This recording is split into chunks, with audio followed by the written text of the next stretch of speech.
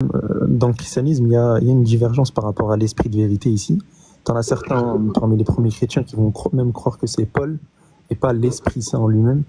Et puis oui, tu as cet avis-là qui te dit que c'est l'Esprit Saint. En fait, pour moi, c'est pas possible que ce soit l'Esprit Saint. Pourquoi? Parce que c'est qui Paul? Je sais pas, c'est quoi le rapport? Paul, c'est l'apôtre. En oui, fait, non, j'ai bien compris, mais je vois pas, j'ai jamais entendu qu'un chrétien pensait que c'était Paul. c'est parmi les premiers chrétiens, en fait, ils vont avoir cette interprétation-là.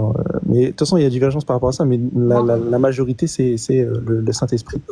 En fait, moi, pourquoi je suis pas d'accord par rapport à cet avis-là? Parce que pour eux, le Saint-Esprit, c'est Dieu, on est d'accord? L'Esprit de Dieu, ouais. Ben, donc le Saint-Esprit est Dieu, on est d'accord? Ben, en arabe, on dit Ruh Allah, donc l'Esprit de Dieu, ouais. Non, Ruh al-Qudus, le Saint-Esprit. Et Ruh Allah, ça veut dire quoi? L'Esprit de Dieu, mais là, c'est le Saint-Esprit, là. Ben, c'est exactement la même chose. Non, mais vas-y, si tu veux, il n'y a pas de problème. C'est exactement la même chose. Du coup, en fait, ici, l'Esprit Saint en question, pour vous, on est d'accord, c'est Dieu, hein? Ouais. Le problème, c'est que Jésus, dans Jean 16,13, il va te dire que le Saint-Esprit ne parlera pas de lui-même. Tu es d'accord avec moi? Parce qu'il ne peut pas parler. Mais Dieu, il parle de lui-même. Ben non, t'as jamais entendu parler de Dieu, du coup? Si? Non, est-ce que Dieu parle de lui-même? Ou il a besoin de quelqu'un quand il parle? Est-ce qu'il a besoin de quelqu'un pour parler? Oui, il parle de lui-même. Ben ça dépend. On peut pas... Dieu, tu l'as déjà entendu parler? Non, je te demande pas d'entendre. Je te demande, est-ce que quand Dieu parle, par exemple, quand il crée une chose, il dit soit, par exemple, comme dans le psaume 33, verset C9, quand Dieu parle, il a besoin juste de dire une parole et la chose est, tu vois. Comme à chaque fois dans l'Ancien Testament, on te dit Dieu parle, ou bien même dans le Nouveau Testament. Que Dieu soit, il fut, et oui, et donc? Voilà, ou bien quand dans le Nouveau Testament, on te dit Dieu dit, celui-ci est mon fils, mon bien-aimé. Okay. Ben, là, tu vois, Dieu, il parle. Le problème, c'est que le Jean 16,13, concernant le Saint-Esprit, il ne parle pas de lui-même. Si le Saint-Esprit est Dieu, comment c'est possible dans ce cas-là que le Saint-Esprit ne peut pas parler de lui-même? Tu comprends? Non, moi, je ne peux pas répondre à ça, je ne connais pas. Alors que le rôle d'un prophète, si on prend Deutéronome 18, c'est que justement, il va entendre les paroles de Dieu, il va répéter tout ce que Dieu... Oui, donc ça ne peut pas être Mohamed aussi, vu que Mohamed, il parle. C'est ridicule ce que tu dis, c'est très contradictoire. Mohamed, il ne parle pas de lui-même. Mohamed, il entend une révélation de Dieu, il répète. C'est ça le rôle d'un prophète. Mais là, vous êtes en train de dire que le consolateur, du coup, c'est Mohamed. Arrête, Simba! Dans Jean 16,13, justement, on te dit que l'Esprit de vérité, l'Esprit Saint, il va parler, mais quand il va parler, il ne va pas parler de lui-même, il va répéter tout ce que Dieu va lui commander. Tu comprends? Du moment où ici, on te parle de quelqu'un qui répète les paroles de Dieu, forcément, c'est le rôle d'un prophète et non de Dieu, parce que Dieu lui parle de lui-même. Oui, mais on dérape là, parce que le sujet n'a rien à voir avec ce qu'on est en train de dire. Après, je sais pas, vous avez parlé de ça. Rien à voir, wesh. Je te jure, ça n'a rien à voir. On parlait du consolateur, t'as dit c'était l'Esprit Saint, il a Mais ça me dit pas que le consolateur, c'est Mahomet, là. Il n'y a rien qui me prouve ce que vous êtes en train de dire. Ah non, mais moi je suis juste en train de dire que je suis pas d'accord. Non, c'est pas logique. Moi, je suis en train de prouver que c'était pas ça. Et je t'ai lu. Smahli, Jésus, il te dit, un mec qui va venir, il va mettre une religion. Il y a un mec qui vient, il met la religion, tu dis non, c'est pas lui. Il a pas dit qu'il allait mettre une religion. Mais t'as dit... Moi, je te dis quelque chose, Johnny. Écoute, pourquoi Jésus, il aurait dit je suis le chemin, la vérité, la vie, derrière il aurait envoyé quelqu'un d'autre? À aucun moment il a dit qu'il y aura une autre religion, il n'y a pas écrit ça. Non, regarde. Quand Jésus dit je suis le chemin, c'est 200 ans, parce que Thomas lui a posé une question. Ah mais non, mais c'est trop... Ah non, bah alors moi je peux pas parler, parce que quand vous dites c'est 200 ans, à chaque fois vous utilisez cette hypothèse que c'est 200 ans, vous êtes en train de dire que les temps changent alors que les temps ne changent pas. Non, au fait de Dieu, on est tout le temps sur le même temps. Arrêtez de dire que les temps changent. Regarde, tu n'as pas compris. Regarde, quand Moïse il vient prêcher la parole de Dieu, donc la Torah, on est d'accord que celui qui veut être dans le droit chemin, il doit suivre ce que Moïse a apporté. On est d'accord?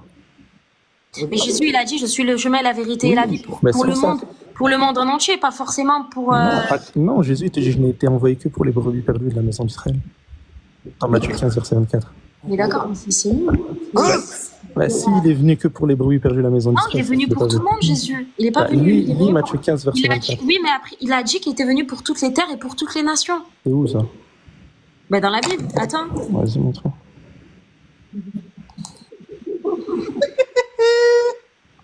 Ah, il n'y a pas une chrétienne qui veut monter avec moi? Je me sens contente, là. Allez, les gars, je me suis pas muté, attendez. S'il y a un chrétien qui veut monter, qui m'envoie des roses. Alors, le Christ est venu parmi les hommes pour que leurs péchés puissent être détruits, c'est-à-dire pour que les pécheurs puissent recommencer à vivre. C'est qui les pécheurs? Les pécheurs parmi le peuple d'Israël, vu qu'on ne parle pas du monde entier ici. Mais il y a des pécheurs à l'heure actuelle aussi. C'est Léon, c'est pas... C'est bien pour ça que Mohamed est venu pour toute l'humanité. Non, mais là... Jésus te dit n'allez pas vers les païens, n'allez pas vers les samaritains. Ou bien dans Matthieu 15, verset 24. Alors, Jésus est-il venu seulement pour Israël? Je ne comprends pas pourquoi Jésus est-il... Bah, attends, je vais te lire ça. Parce qu'apparemment... Alors, je n'étais envoyé...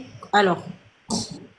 Voilà, lis ce que tu allais lire. L'Écriture affirme clairement que Dieu aime tous les hommes sans distinction et qu'il veut que tous soient sauvés. Ok? On est des humains. Moi, il me semble. Avant même que le monde existait, Dieu avait prévu la chute de l'homme et son rachat par le sacrifice de Jésus. Ce n'est pas par des choses périssables, par de l'argent ou de l'or que vous avez été rachetés, la vaine manière de vivre que vous avez été hérité de vos pères, mais par le sang précieux de Christ, comme d'un agneau sans défaut et sans tache prédestiné avant la fondation du monde.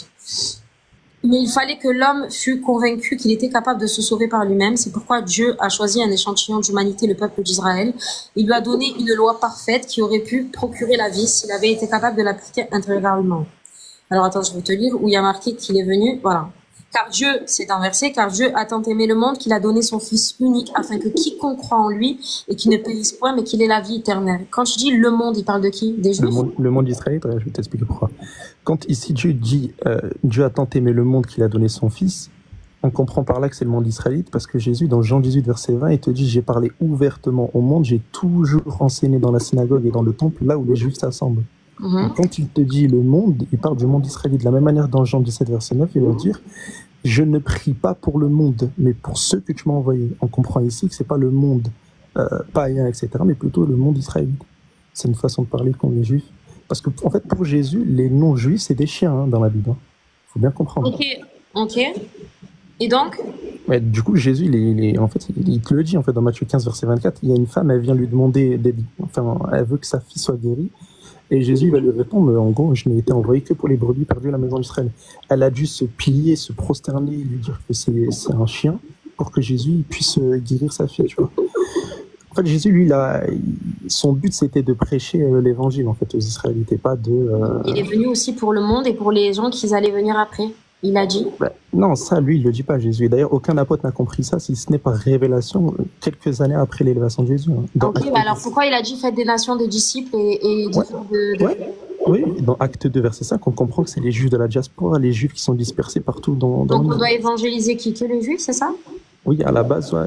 Et c'est par la suite qu'un ange est venu révéler à Pierre d'aller prêcher aux païens. Aucun païen n'a compris ça pendant au moins 10 ans après Jésus, avec le Saint-Esprit. D'accord, ok. C'est par la suite que Dieu leur a donné ici cette grâce pour que le Saint-Esprit descende même sur les païens qui craignent Dieu, comme Corneille, par exemple, dans Acte 10. Ok, alors pourquoi Jésus revient pour qui à la fin? Pour tout le monde, par contre, à la fin. Même islamiquement, il est d'accord. Donc il est venu pour sauver que les Juifs, mais il revient pour tout le monde à la fin. Oui, mais même en islam, d'accord avec ça. Mais c'est très contradictoire. Non, c'est en islam. Ne dis pas qu'au christianisme, pour les chrétiens, il est venu pour ça. Non, je te dis quand il revient, même en islam, il revient pour tout le monde. Ça, on est d'accord sur ça.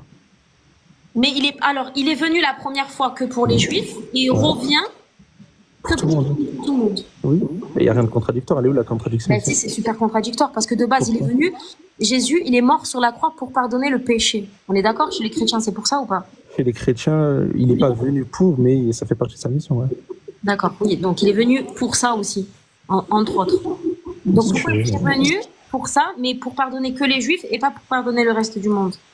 En fait, nous, c'est très simple. Bibliquement, on te dit clairement que Jésus n'est venu que pour les brebis perdues de la maison d'Israël. Maintenant, quand il va revenir, forcément... Non, parce qu'il y a aussi qu'il était venu aussi pour les malades, et pour les pécheurs, et pour les boiteux, et pour les tordus.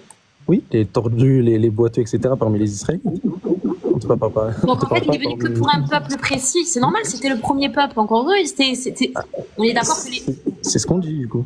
Oui, mais parce que c'est le premier peuple. Mais si... On t'entend pas, Atman. Ouais, on t'entend pas, Atman.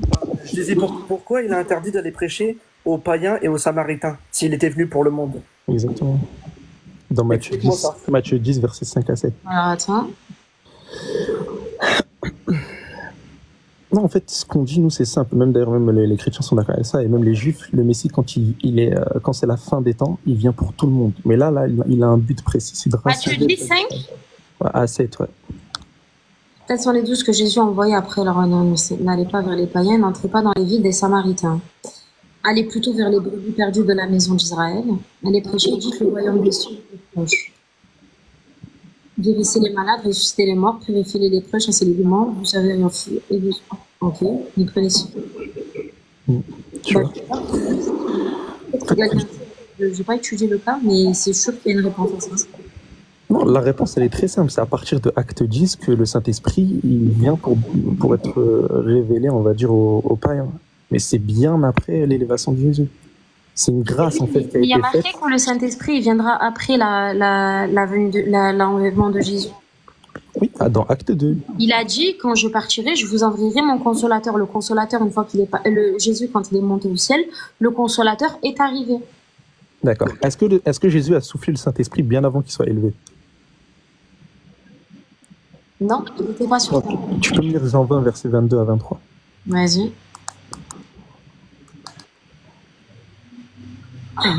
Ah, Léon, t'étais chrétien avant? Non, pas du tout. De même que le Père m'a envoyé, moi aussi, je vous envoie. Ayant ainsi parlé, il suffla sur eux et qu'il leur dit, recevez l'Esprit Saint, à qui vous remettrez ses péchés. Ils seront remis. À qui vous maintenez ses péchés, ils seront maintenus. Eh ben.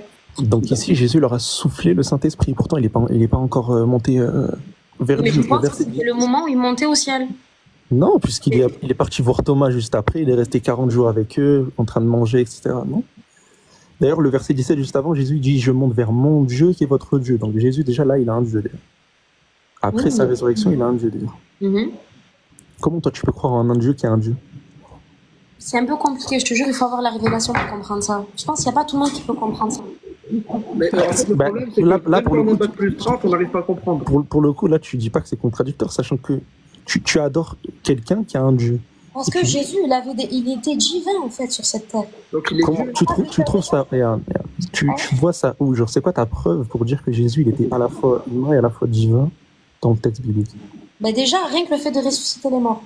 Mais c'est un miracle. Ok. Jésus, il te dit, je ne fais rien de moi-même. C'est Dieu qui fait à travers Jésus. Si tu prends Acte 2, verset 22, on te dit que Dieu opère les miracles par Jésus, dans le sens où il agit à travers lui. De la même manière que Élisée et Élie ont aussi ressuscité les morts dans l'Ancien Testament, ça ne veut pas dire qu'ils sont Dieu. Attends, mais pourquoi j'ai toutes ces demandes? Les gars, arrêtez de demander, ça fait bloquer le... Josué, dans la Bible, on te dit qu'il a arrêté la course du soleil. Est-ce que ça veut dire que Josué est Dieu pour autant? C'est-à-dire, je n'ai pas compris, pardon. Josué, il a arrêté la course du soleil. Ouais.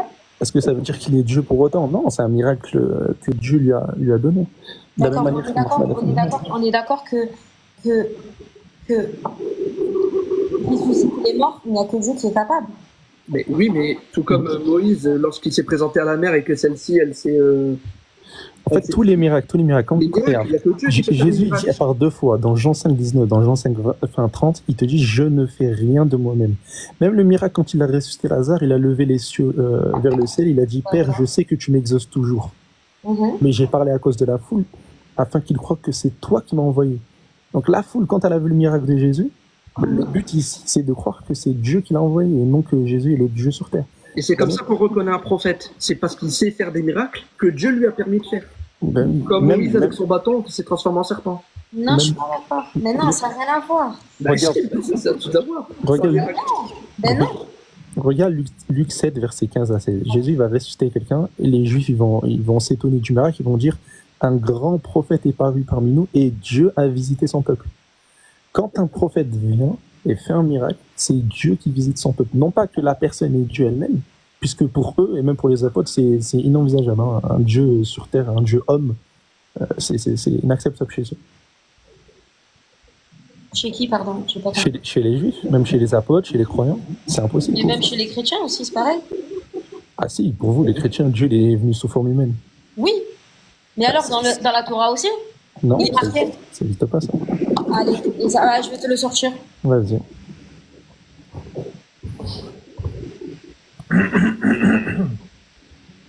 Mais pourquoi tu t'appelles Léon alors? C'est juste un pseudo. Quoi ton prénom? Ayoub. Ayoub? Ouais. Pourquoi tu te regardes? Wallah, moi, je me régale, hein. Je vois Sophia baigner, je me régale. Non, pourquoi? Moi, je suis sûre de ce que j'avance. Je vois ma meilleure amie se faire éteindre. Je me régale. Je me fais pas éteindre. Ah, mais c'est pas le but, là, de l'éteindre. Ouais. Alors, attends. Non, mais genre, Jusqu'à qu'elle comprenne.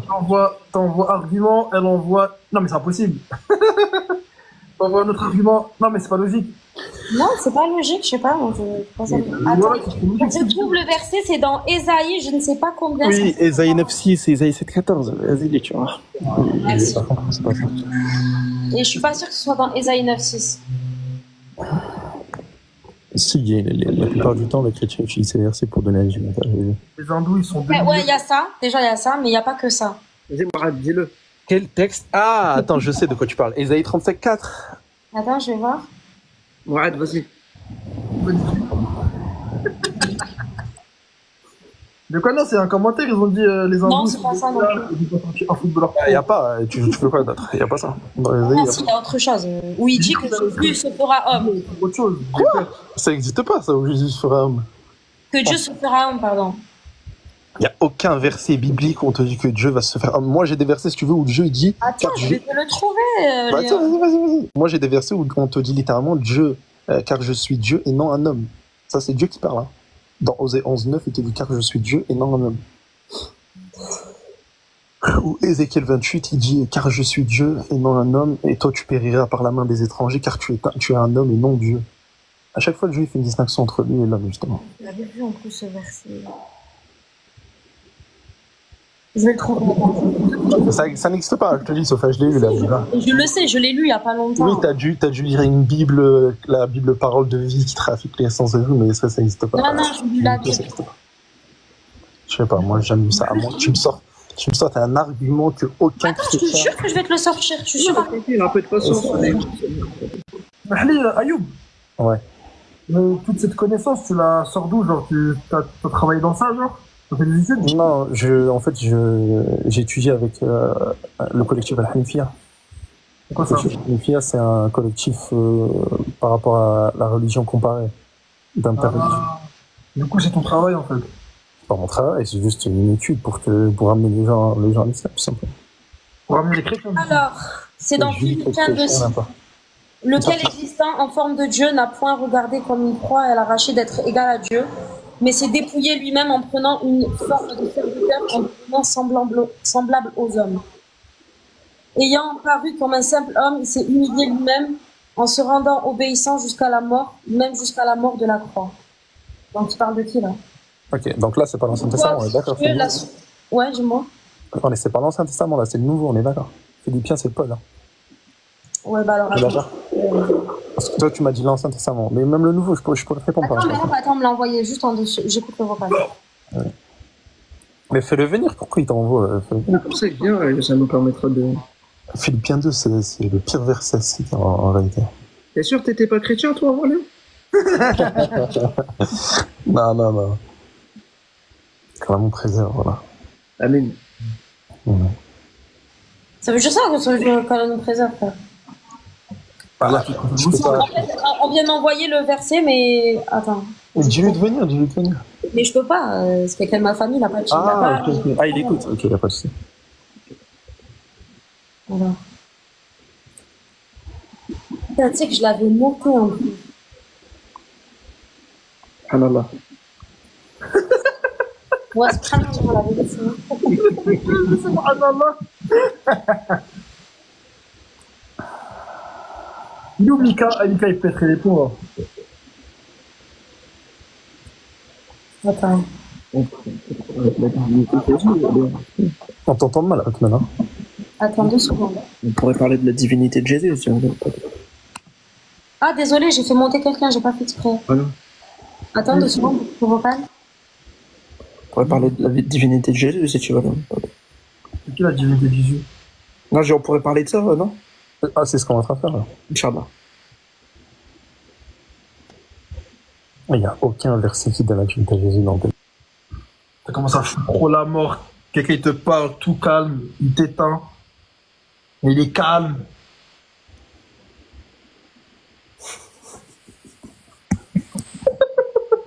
On t'entend pas, hein, Sophia. Vous l'entendez ou il y a comment? Oh non, on l'entend pas. On l'entend pas. Ah, je crois qu'elle parle au téléphone. 15 minutes. Elle parle au téléphone. Johnny, tu peux nous ressortir la phrase avec l'ardou? Les 2 milliards, là? Vous m'entendez? Vous m'entendez? Désolé. Alors, Ésaïe 7,14. Voilà pourquoi c'est le Seigneur lui-même qui vous donnera un signe. La Vierge sera enceinte. Ésaïe, hein, c'était des millénaires avant la vie. C'est ce que je t'ai dit, Ésaïe 7,14 tout à l'heure. Elle mettra au monde un fils et l'appellera Emmanuel.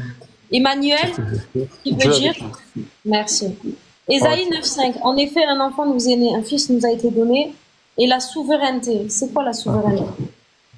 Reposera sur son épaule. On l'appellera merveilleux conseiller, Dieu puissant, Père éternel, Prince de la paix. Est-ce que ça va? Ok, parfait. Alors, après, tu rebondiras sur ça. Et toi, Bethléem Ephrata, qui est petite parmi la ville de Judée, toi qui sortiras pour moi celui qui dominera sur Israël, et de l'origine remonte loin sur le passé à l'éternité. Voilà, juste on va rebondir sur le... Ok, c'est bon. Ok, parfait. Alors déjà, Ésaïe 7,14, déjà, il faut bien comprendre un truc. Déjà, Ésaïe 7,14, c'est une prophétie concernant Akaz. Akaz, en fait, c'est un roi, et Dieu, en fait, il va tout simplement lui donner un fils. D'ailleurs, c'est pour ça qu'on parle même de l'invocation de Akaz juste avant. Il va lui donner un fils, et ce fils s'appelle Ézéchias.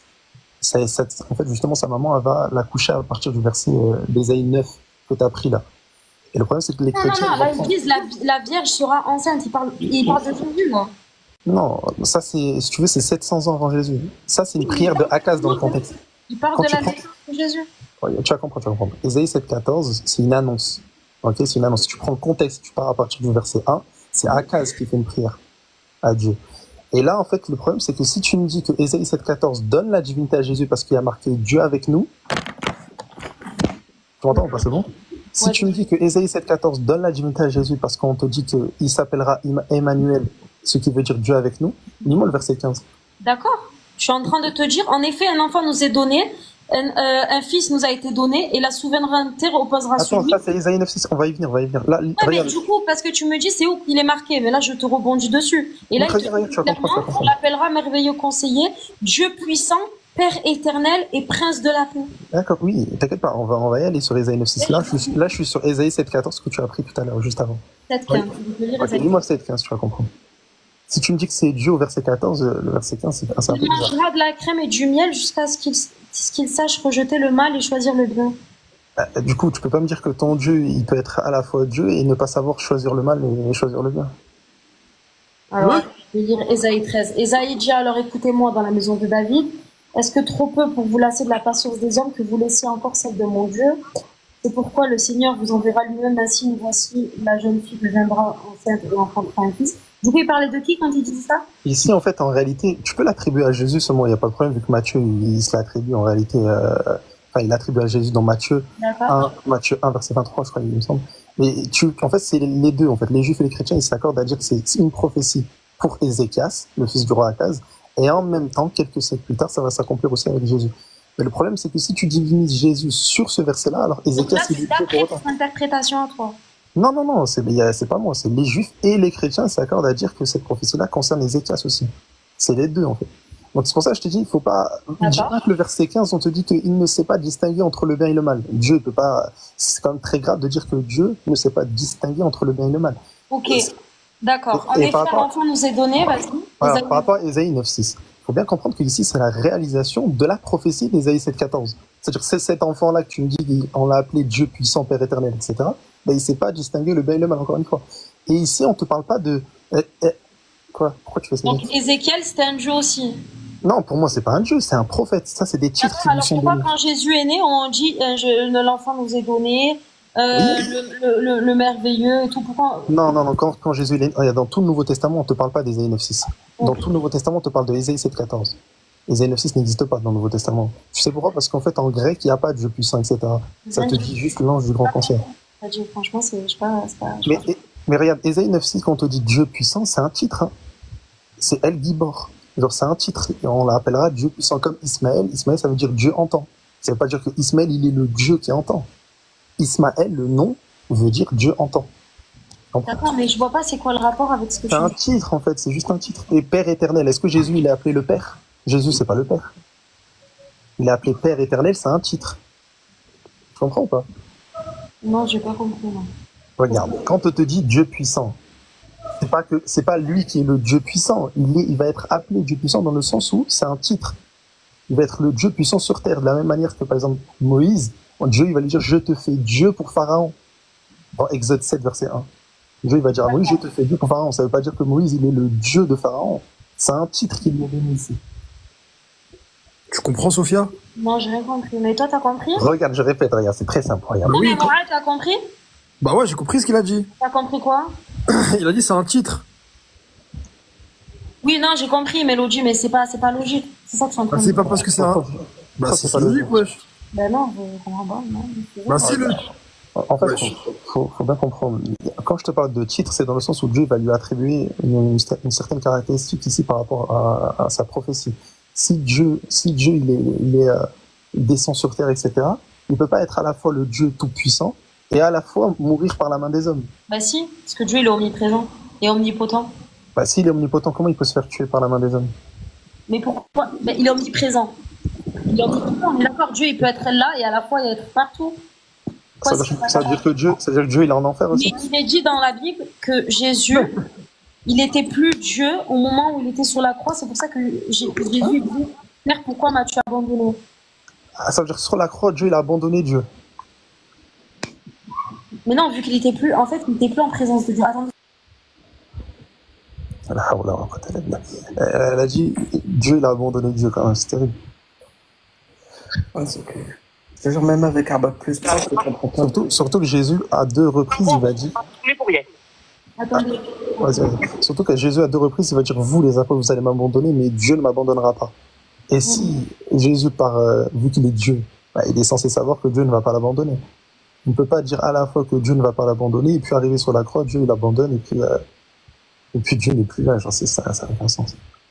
Et puis quand Dieu il s'enfuit de lui-même. Après, dans tous les cas, j'ai envie de te dire, tous les écrits sont super complexes. Hein. Oui, mais il y a une certaine logique quand même, une certaine base. En fait, tu peux pas zigzaguer comme ça. À la fois, non, ici il est Dieu, dans un autre verset, non, mais là il est plus Dieu. Moi, j'y crois en tout cas. Après, moi, tu fais ce que tu veux, si tu veux y croire, il n'y a pas de problème. Il faut juste comprendre en fait les paroles de Jésus dans son ensemble, tu vois. Ouais, d'ailleurs, aucun apôtre n'a compris que Jésus était Dieu, tu vois. C'est ça qui est bizarre aussi. Quel apôtre a compris que Jésus était Dieu? Attends, je vais te le dire. Moi, j'ai Pierre avec le Saint-Esprit dans Actes des Apôtres, donc après l'élévation de Jésus, qui te dit que Jésus, c'est le saint serviteur de Dieu. Ok, mais donc c'est qui a écrit les évangiles? Les apôtres. Enfin, les apôtres Marc, c'est... Clairement en train de dire que Jésus est Dieu. Bah, où les apôtres ont dit que dans les 4 évangiles, Jésus est Dieu? Alors, dans Jean 1... Alors, putain, il y en a plein. Le problème, c'est... Est-ce que tu as un truc à côté de toi où tu peux commencer à lire? Je connais. Donne-moi juste la référence. C'est Jean 1.1. Oui, au commencement était la parole. Et ensuite? La parole était avec Dieu, la parole était Dieu. Ok. Dans Jean 1.1.18, pardon. Ouais. Bah vas-y, lis-moi le, s'il te plaît. Jean 1.18. Jean 1. Bah, c'est 18. On te dit que le Fils qui est sorti du sein du Père est celui qui l'a fait connaître, un truc comme ça. Alors attends, parce que je sais pas comment ils ont écrit les versets. Il faut que tu lises Jean 1.1, 18, 20, 28 et 29. Attends, Jean 1 combien? 20, Jean 1.1, 18, 20, 28 et 29. Tu mets, t'as la Bible à côté de toi, enfin t'as un site ou pas? Ou sinon, j'allume mon ordinateur. Non, vas-y, dis-moi. Bon, Romains 9.5, tu connais? Ouais, je connais Romains 9.5. Vas-y. Romains 9.5, on te dit Christ est au-dessus de toute chose, point, Dieu béni éternellement. Philippiens 2, 5, 6. Attends, mais Romains 9.5, c'est pourquoi tu m'as cité? Parce que tu as dit que Jésus était au-dessus de toute chose. Oui, il n'y a pas de problème, ça c'est la croyance chrétienne et juive. Le Christ il est au-dessus de tout le monde. Mais Dieu il est au-dessus de lui. Ok. Quel site, Léon? Attends. 1 Corinthiens 11.3, on te dit... 1 Corinthiens 11.3... Non, 2... attends. Regarde, le même Paul que tu cites là, de Romains. Paul, il te dit que l'homme est le chef de la femme, Christ est le chef de l'homme, et Dieu est le chef de Christ. Donc, il y a une distinction ici qui est faite. Dieu est au-dessus de tout, okay. Jésus est au-dessus de tout vis-à-vis des êtres humains, et l'homme est au-dessus de la femme. Jean 5, 20. Jean 5, 20, c'est quoi? Je ne fais rien de moi? Attends, je vais te lire directement. Alors, ok. Alors, dans Jean 10, 13, Jean 10, 30, pardon, le Père et moi, nous sommes un. Ouais. Là, on parle de la divinité de Jésus. Non, moi et le Père, nous sommes un. Les Juifs peuvent comprendre qu'il s'agit d'une revendication de sa divinité. Alors, regarde. Ben, tu vois, parce que lui, qui était un être humain, il se faisait Dieu. Ok, regarde. C'est ça qu'il a été lapidé. Dans Jean 10, 30, les Juifs avaient compris que cette affirmation de Jésus était une proclamation d'identité divine. À noter que Jésus ne l'a pas nié. Quand il a déclaré le Père et moi, nous sommes un, dans Jean 10, 30, il veut dire qu'il était même nature et d'une même essence que le Père. Ça veut dire qu'en plus, quand ils lui ont dit tu te proclames Dieu, Jésus lui a pas dit, il n'aura pas dit, il n'a rien dit. Il a laissé parler, il a nié. Il n'a pas dit non, je n'ai pas dit ça. Bah, c'est faux. C'est trop faux. Alors, regarde, je te lis tes regarde. Regarde, je te lis tes. Ah, vas-y. Il voulait dire qu'il était. Voilà, pardon. Dans Jean 8, 58 est un autre exemple. Dans ce verset, Jésus déclare en vérité. Avant qu'Abraham fût, je suis. Ouais. Il vous le dit. Avant qu'Abraham soit né, je suis. Ouais. Quand tu traduis ça en hébreu, je suis, ce qui veut dire. Et le seul qui dit je suis c'est Dieu. C'est faux, je vais trouver ça quoi. Si, c'est vrai. Bah, je vais te montrer, regarde, je vais te montrer. Les Juifs qui ont entendu cette déclaration ont pris des pierres comme l'exigeait la loi de Moïse. Ont entendu cette déclaration, ont pris des pierres. C'est qui est... Je sais pas. Jean insiste sur la divinité de Jésus dans Jean 1.1. Et c'est qui Jean? Jean, c'est l'apôtre. C'est l'apôtre. Aucun apôtre n'a déclaré que Jésus était Dieu. Mais il te dit pas que Jésus est Dieu là-bas. Ok. Attends, est-ce qu'on peut faire verset par verset, sinon on va rien comprendre. Attends, juste je finis, après on reprendra les versets si tu veux, mais je vais arriver Léon parce qu'il est super clair. Jean insiste sur la divinité de Jésus dans Jean 1.1. Dit que la parole était Dieu. Ouais. Et dans Jean 1.14, que la parole s'est faite homme. Okay. C'est bon? J'ai pas fini, mais bon. Vas-y, comme tu veux. On dit clairement que Jésus était Dieu incarné.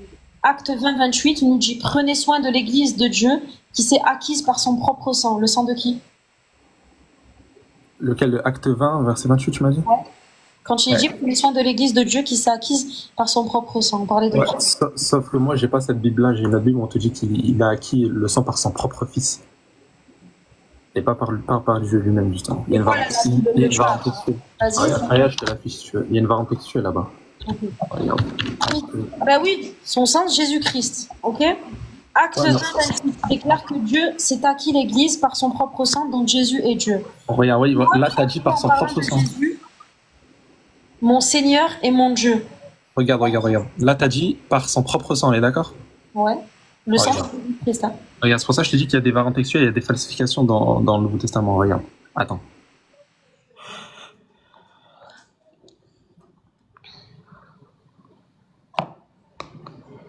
Je te finis la phrase. Hein. Thomas a dit en parlant de Jésus, mon Seigneur et mon Dieu. Et Jésus ne l'a pas corrigé. Vas-y. Mais c'est la même Bible que je lis là. Prenez donc garde à vous-même. En fait, je t'entends pas, tu t'es muté, Léon. Tu t'es démuté. Pas. Ouais, je t'entends. Ici, on te dit pour paître l'église de Dieu, laquelle il a acquise par son propre sang. On est d'accord? Regarde ici, ta Bible. On te dit, vous a établi surveillant pour paître l'assemblée de Dieu, laquelle il a acquise par le sang de son propre fils. Oui. Donc là, soit de son propre sang, du coup, Jésus est Dieu, soit par le sang de son propre fils, et là, du coup, distinction de personne. Ok, d'accord, vas-y. Ok. Par rapport à Jean 10, 30, quand Jésus dit, moi le Père nous sommes un, il a dit que Jésus n'a rien dit. C'est faux, regarde. La suite, on te dit, alors les Juifs prirent de nouveau des pierres pour le lapider. Jésus leur dit, je vous ai fait voir plusieurs bonnes œuvres venant de mon Père, donc venant de Dieu, pour laquelle me lapidez-vous.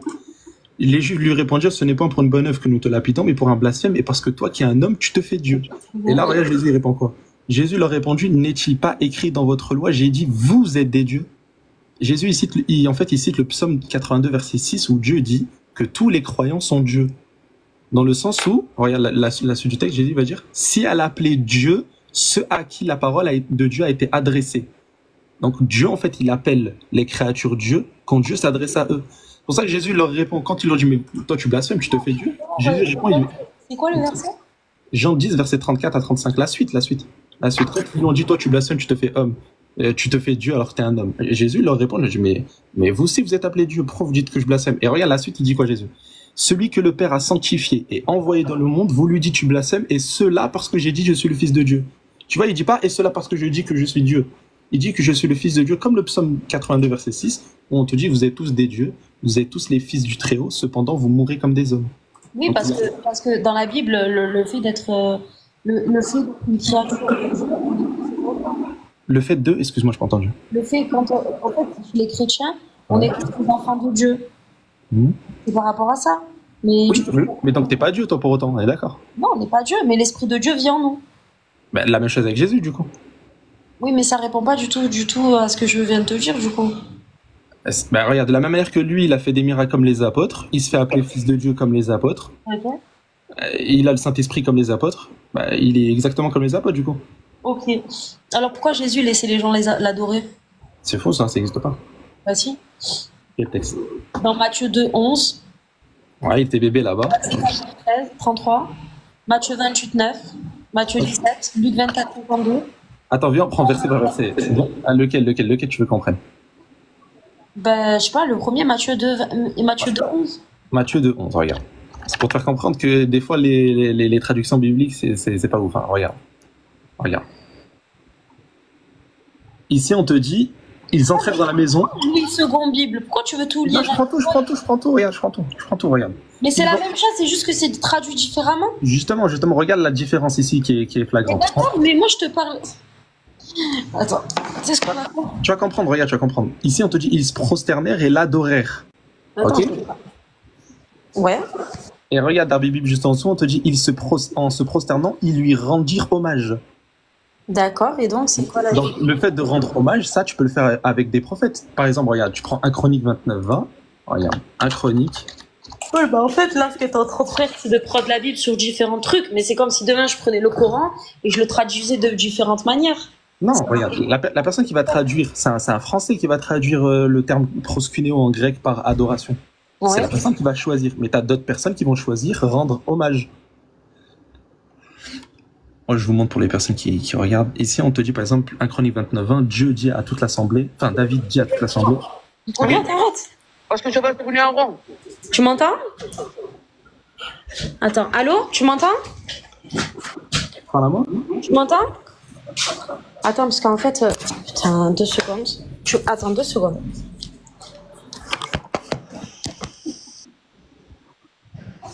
Ah, d'accord.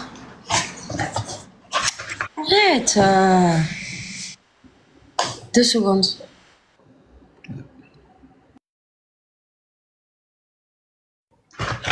Allô? Ouais. Ouais, tu m'entends? Ouais, attends, Ma mère, elle m'a dit arrête les débats. Vas-y, si ta mère veut pas, vas-y, c'est bon. Non, elle m'a dit ça sert à rien parce que arrête, Simba, arrête. Allez, stop maman, stop. Écoute, dans tous les cas, tu sais quoi, Léon, viens, on s'ajoute et on discutera en privé, ok? Vas-y, c'est bon, Inch'Allah, y a pas de problème. Bon, vas-y, je te laisse, en tout cas, passe une bonne soirée. Des gros bisous. Vas-y, c'est vrai. Bisous.